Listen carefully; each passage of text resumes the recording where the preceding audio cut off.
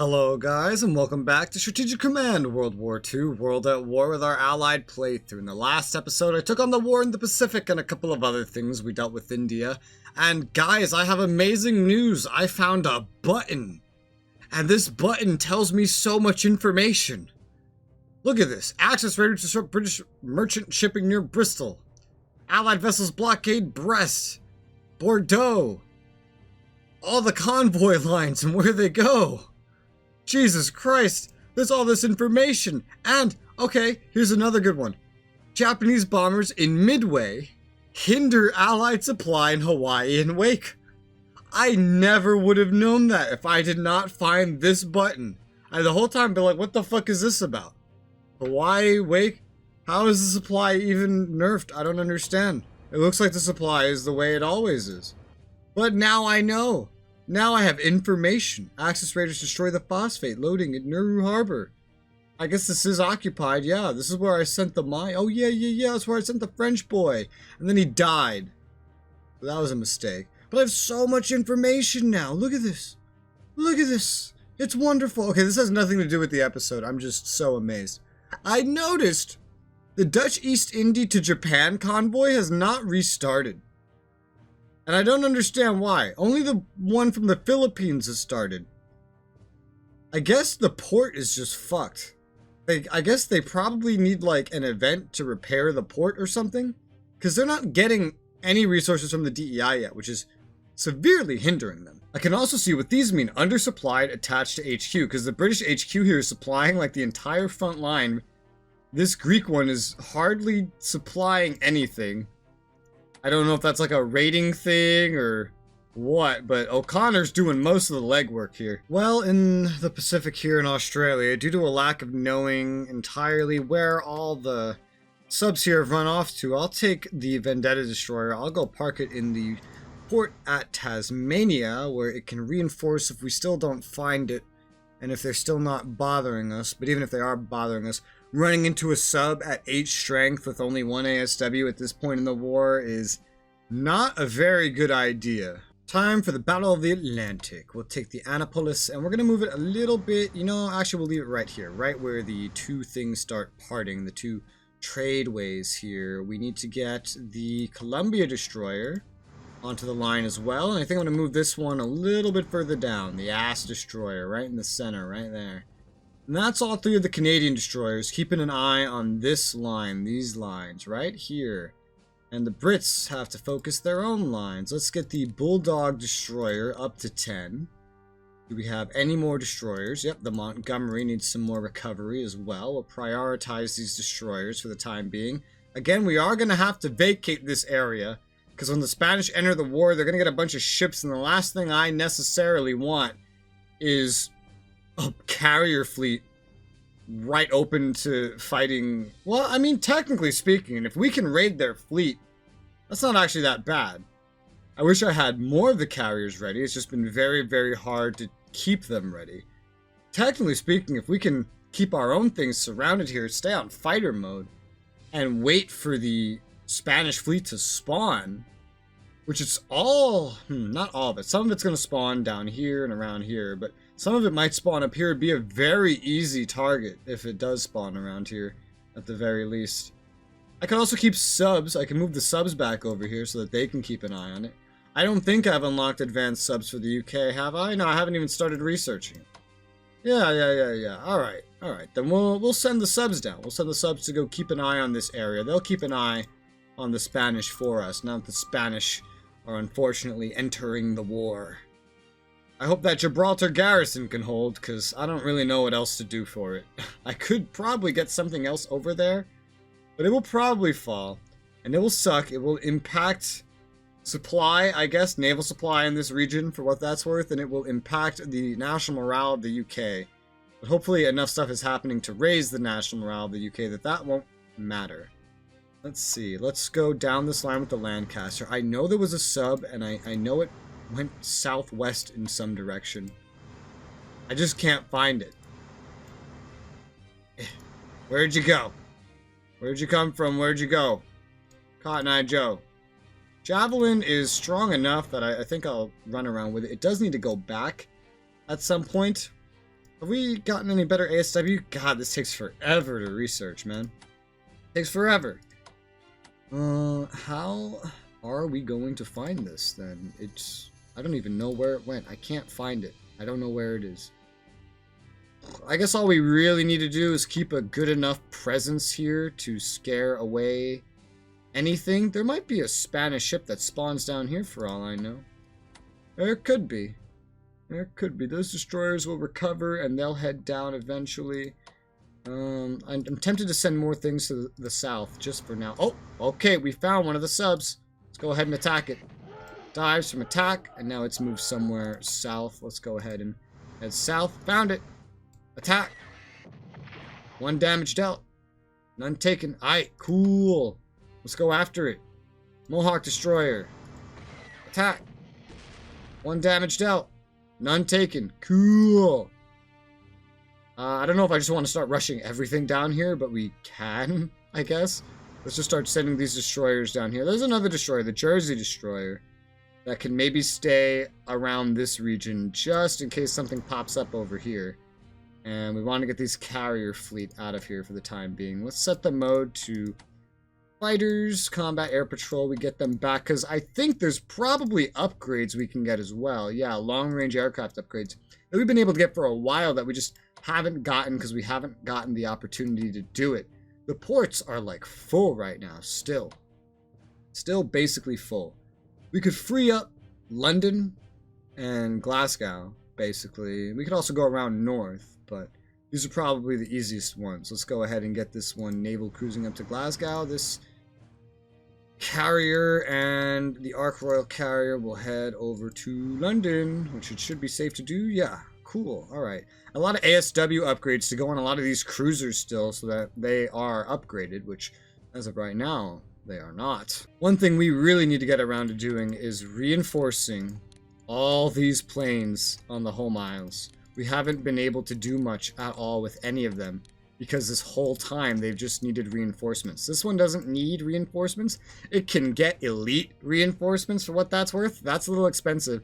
We're down to 280 MPPs, so I'll keep my eye on it, but I'm not going to prioritize it. We can't forget about all the Brits in Ethiopia. They have to get moving right now. A lot of them are not in supply to really do anything. I'll go ahead and reinforce the 2nd Corps from South Africa. That can at least get some reinforcements. Send the 1st Corps as far up north as it can get. And the Sudan Defense Force Corps, the HQs are kind of getting in its way, as are the Indians. But we'll send it as far north as it can get out of these mountains, at least. It should hopefully take care of itself next turn.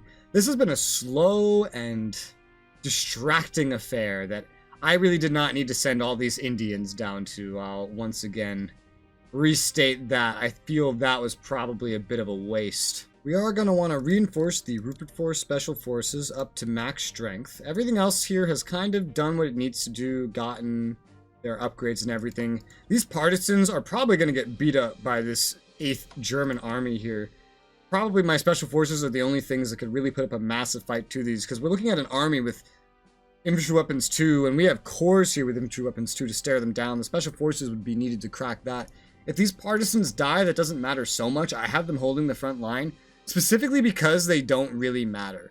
France already has no national morale. They've already fallen.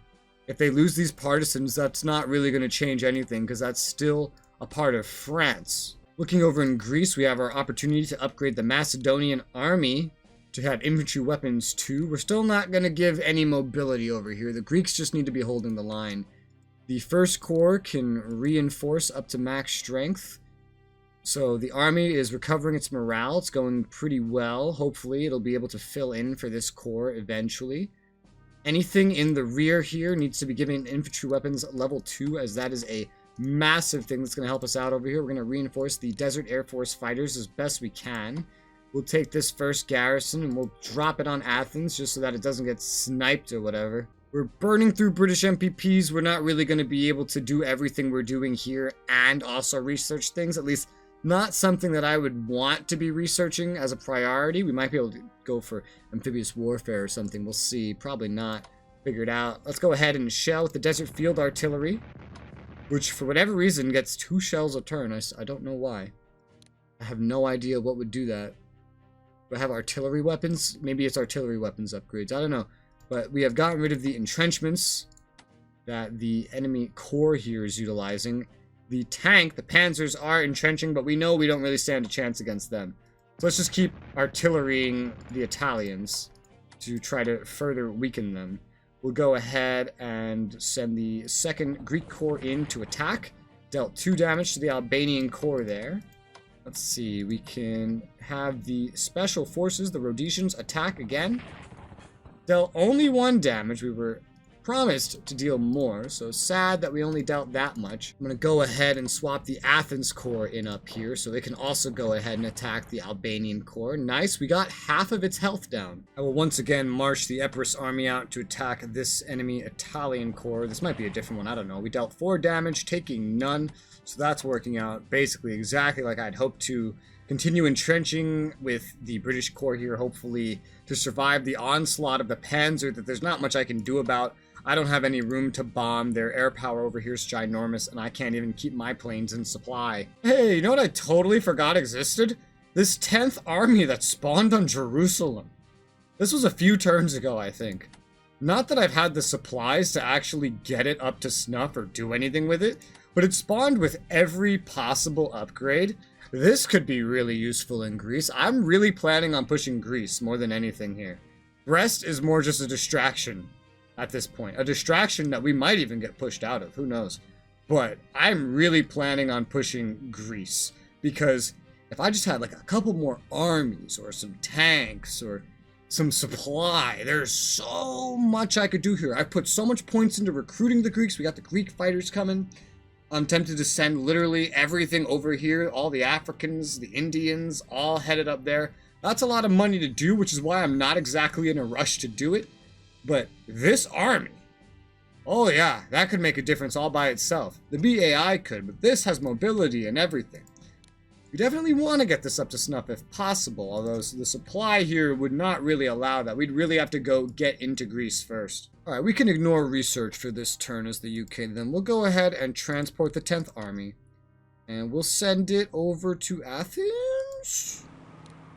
Okay, it can land next to Athens. That's probably good. Yeah, that's fine. We'll land it next to Athens and then move it up behind Larissa. And then we can get that up to snuff just like that. 35 MPPs, nice and easy. And then this army can hopefully make a big difference up here as well. Even if I end up delaying everything down here from heading up there, which just for point purposes, MPPs I might, because there's other things I can do. Also, the nation that kept moving that I just didn't see, it was Mongolia. Mongolia's up to 87%. Finland's at 80%. We can invest one final 100 MPPs, I think, into Finland. And then if we do that, that should be the rest of what I need to spend, and Finland should be guaranteed to join the Allies. And if they do join, then we can theoretically recruit some Finnish troops and have them start pushing through Norway, opening another British front against the Germans. But if we do successfully do this and we start pushing, it would probably go pretty slowly. Like, we'd have to get all the way down here to really make Norway, quote-unquote, fall. Quote-unquote, fall, right? Or liberate it, I guess is the correct thing. But if we liberate Norway, then that would theoretically go to the UK as well. So it's like, spend on one thing to help another thing without having to navally invade it. But that would be a big investment. Getting Finland is already a big investment. But I think I'm willing to make that investment. There's a lot of other things I can do with these points, such as investing more into the fleet over here in the Pacific, but until I get more of it together to be a little more functional, I'm not prioritizing the Pacific, and at the very least, very soon we'll have so much US MPPs coming in, we'll hopefully be able to keep up, because the UK, 100% is the most stretched thin. They're way more stretched thin than the Soviets, since we got all the extra Soviet troops. If we didn't get those Soviet troops, the Soviets would be the most stretched thin, but the UK right now is the most stretched thin. But we do want to continue diplomacy. We don't want to just let this sit. Every new nation that joins our side is more manpower, is more income of MPPs, and is more potential fronts we can open. And in this case, fronts that we can open without navally invading. So what I'm going to do is, I'm going to spend 100 UK MPPs, getting this back up to 25% chance. You only need 90% to prepare for war. So I think no matter what, we're guaranteed to get Finland now. Like, with this percent chance, we're guaranteed to get them. Maybe not next turn, but I shouldn't have to spend anything else to get them. It might take a little as the percentage drops off. 2 or 3 of these might need to go through to finish that off. Ha, finish, get it? Then we'll go ahead and put the UK's Diplo points into something else that seems hopefully nice. I don't like that Madagascar is leaning towards the axis. It's a little concerning. I'd say maybe we want to secure Madagascar. I'm not sure about that. But that's everyone's MPP's. If Madagascar maybe joins the axis, there's a script for that, and then I just don't know about it, well then you know what? That's gonna suck. But I have to learn. I have to learn by playing. With the remaining UK MPPs, I'm gonna go to the Glorious Carrier here, and it's not enough. All right, then the Illustrious Carrier here, and get that back up to 10 total aircraft. I don't think there's 1, 2, 3, 4, 5. Yeah, there's no more that I can currently upgrade and get back up to 10, so that'll have to be the only one for now. There's upgrades and stuff we can do as well. We never have enough points as the UK. Never, ever, ever, ever. It's so sad. I can take the remaining 16 points and put 9 of them into getting the Iceland maritime bombers with long-range aircraft so that they can be a little more useful in case any German subs do show up here. It's pretty cheap. Figured I'd go ahead and do it. Again, we're just going to be holding in Brest. I don't really want to go on the offensive here. I just want to let them come to me and my entrenchments. If anything goes wrong up here past, I think this is a river. No, this river only covers right here. If they push up here, it's not going to be so bad. But we have to get ready because this army might start pushing. But the Germans must be strapped for MPPs just like we are. All right, it's China time. Let me just get this over with. Oh my god, it's open. The 5th Corps on the amphibious landing craft can go land at Naha and take it. That's a national morale objective and a secondary supply zone. Maybe next turn we can go up and grab Hagushi. I don't know if they actually own that or not. But every time we take one of these ports, the most important thing to remember is that when it's our port, they can no longer transport to it. They have to use amphibious transports or something in order to actually get here. Also, remember I pointed out that down here would be a good place for a fighter. You know what I'm realizing would be an even better place for? An anti-air. If I get an anti-air system here, it could perfectly guard these 2 cities. Same thing with up here. Like, anti-air would be very, very useful in a lot of these places. The fighters could probably do better with staying on the mainland area because they can get around a lot better. Anti-air is better in these tight spaces, these tight corridors. I might even want to get this anti-aircraft that's up here moving. However, it's probably a little too early for that. For now, let's go look down by Cameron Bay. We can go ahead and upgrade the army with anti-air defenses, which I've been waiting to do this whole time. With this corps, let's see, which does have its upgrades, we can go secure Saigon. Saigon has been secured. The final location belonging to Indochina is open to be taken. Yeah, that's pretty much it. So I don't even need this other corps down here. It doesn't have a function. Unless I want to transport it, which I don't have any more transports because I already used it, down to Brunei and Kuching. Because technically speaking, I think Chinese should be able to get some supply to be defensive for the cooperative allies. Yeah. Both types of amphibious transports. Why are our normal transports so limited? Does that go up with amphibious warfare? I don't think it does. I think that's more just like a China nerf. Okay, no, that's just because we don't even have level 1 of logistics yet. Logistics would allow us to deploy more. Alright, well. If I keep anything down here, it would be cores. Ideally, I don't keep anything down here at all. But at least realistically, I don't need any cores down here right now at all. I don't need anything here. Except to maybe dissuade a slight invasion. But I don't think we'll get invaded down here. I'll probably leave the army in 2 cores. I like that setup. It's like the BEF setup. I'll probably leave them down here for the time being. I'm going to send this corps back up to Hanoi. And then with this at Hanoi, we might just be able to free up Hanoi. I'm still hoping to just leave this HQ here. It's not... Well, okay, it might be in range of everything. I'm quite amazed that it can reach down that far, quite frankly. Well, it can reach down this far. This one has gone even further. We don't have any command and control research, so... think, yeah, this affects the range. So it's probably not as good as it seems. Let's go ahead and take the 2nd Heavy Artillery and attack the 1st Corps at Haikou. Let's go ahead and then attack it with the infantry, dealing 1 damage, taking no damage. And yeah, the movement here is just terrible. I don't think we ever would have taken Haiko, thinking about it.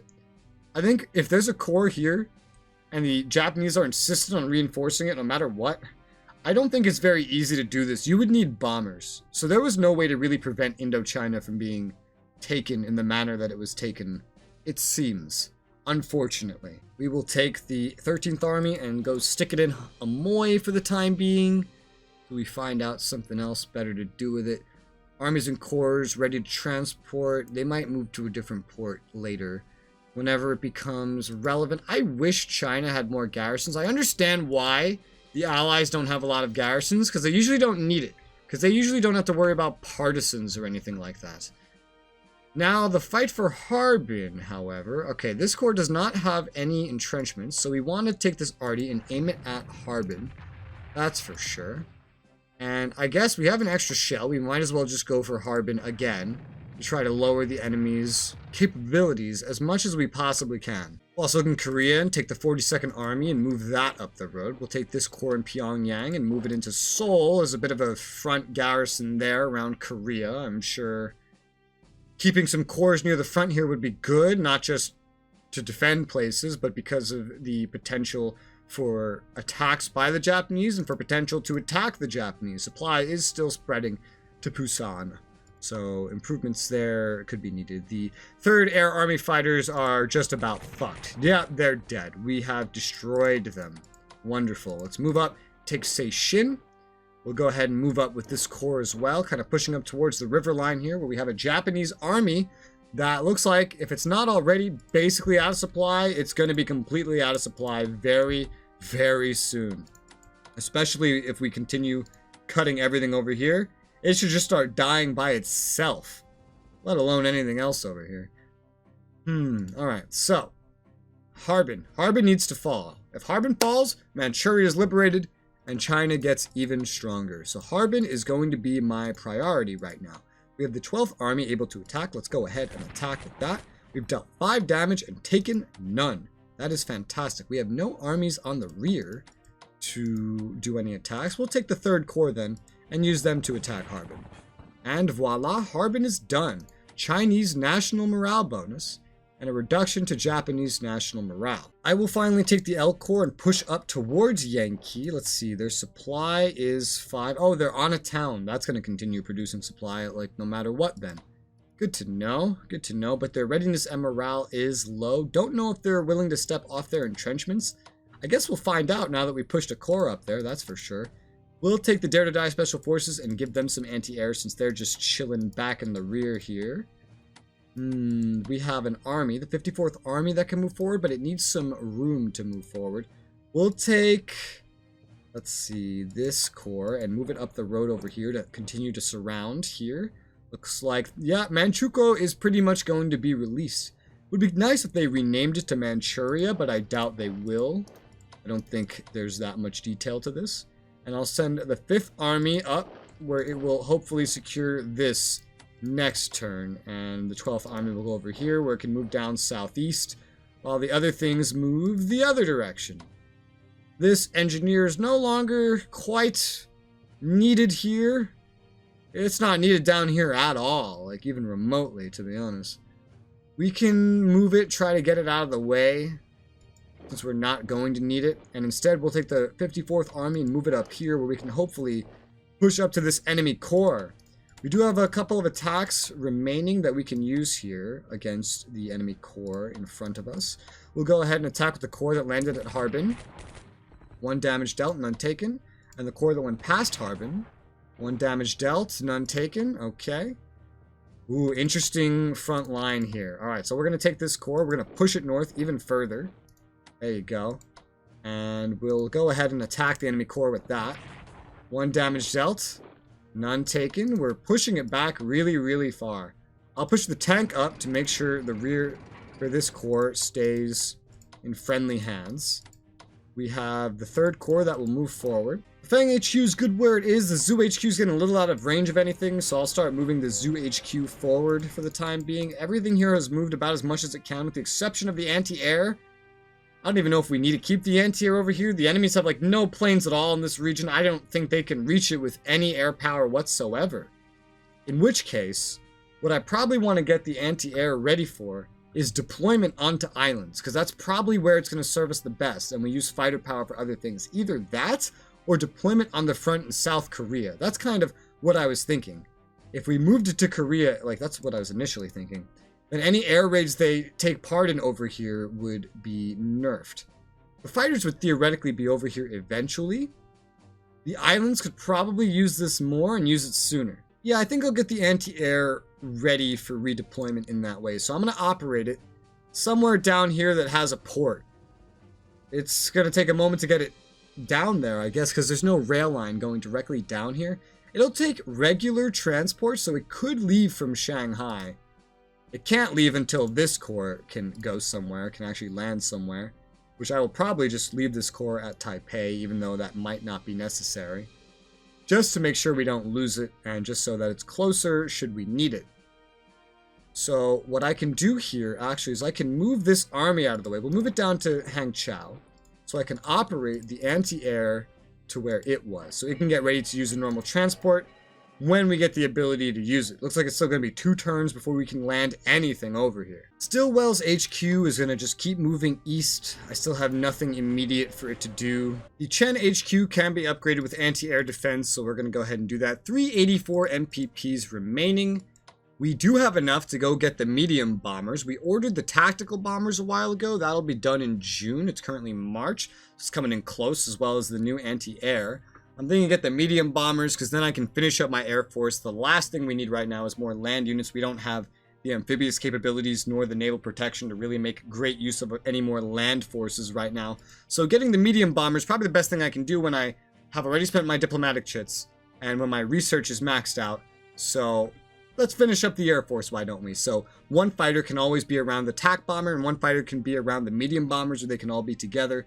It should theoretically work out pretty well. So we'll go ahead and purchase that. That's going to take pretty much all the MPPs that we can spend for this turn. And so with that, we have finished up everything, yes, that we're going to do with China. I have no more tax, no more movements, nothing like that, which only leaves the USSR, but that's a mighty task. So I will save that for the next episode. We'll end this one here. I hope you guys have been enjoying the progress of the war. I hope you guys think we're winning. I like to think we're winning.